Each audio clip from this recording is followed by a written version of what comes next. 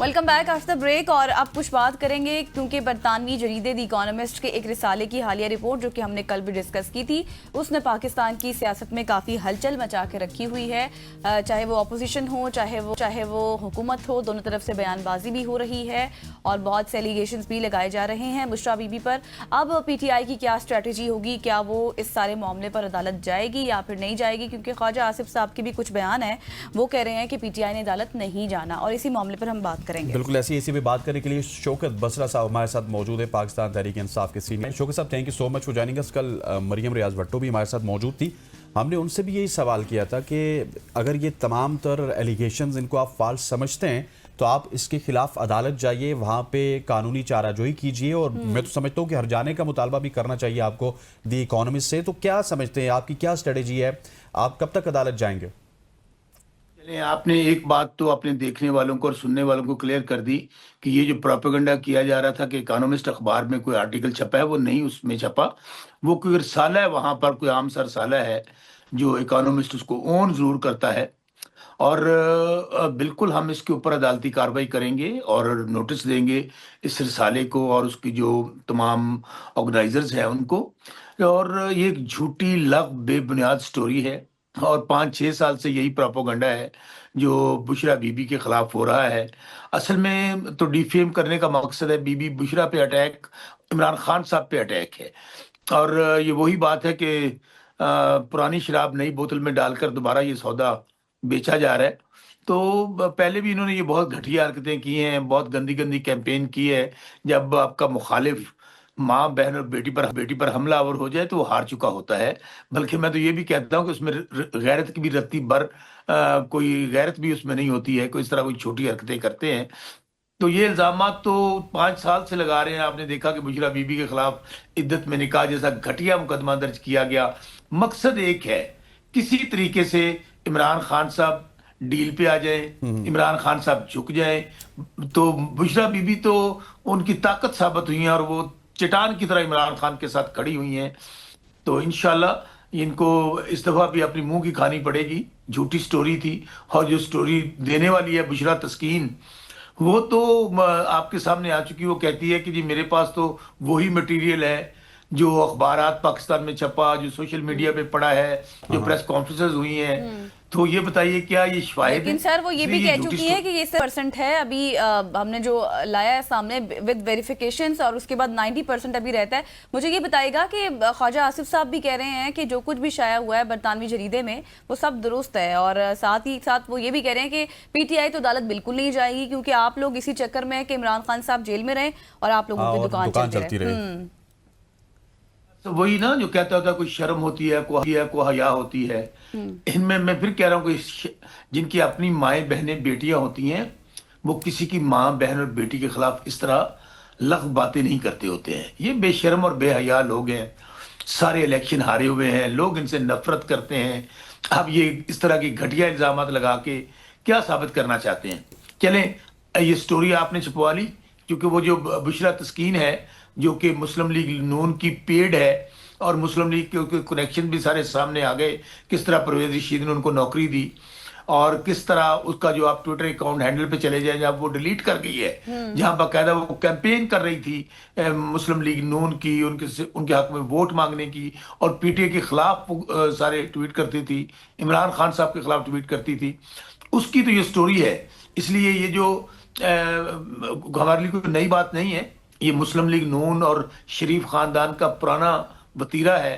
آپ کو یاد ہوگا کہ شہید محترمہ بینظیر بھٹو صاحبہ, نصرت بھٹو صاحبہ, ان کی پکچرز ان لوگوں نے ہوائی جہاز سے پھینکی تھی.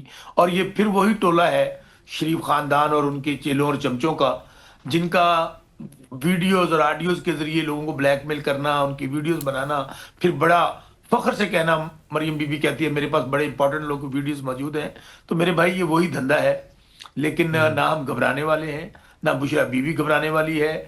الحمدللہ آج بھی ان تمام طرح کے الزامات کے باوجود عمران خان پاکستان کا سب سے بڑا لیڈر ہے. عمران خان 90% پاکستان کو ریپرزینٹ کرتا ہے. اگر کوئی غلط فہمی ہے تو انہیں کہیں آپ نے آرٹیکل چھپوا لیے, مقدمے درج کروا لیے, پارٹی توڑ لی,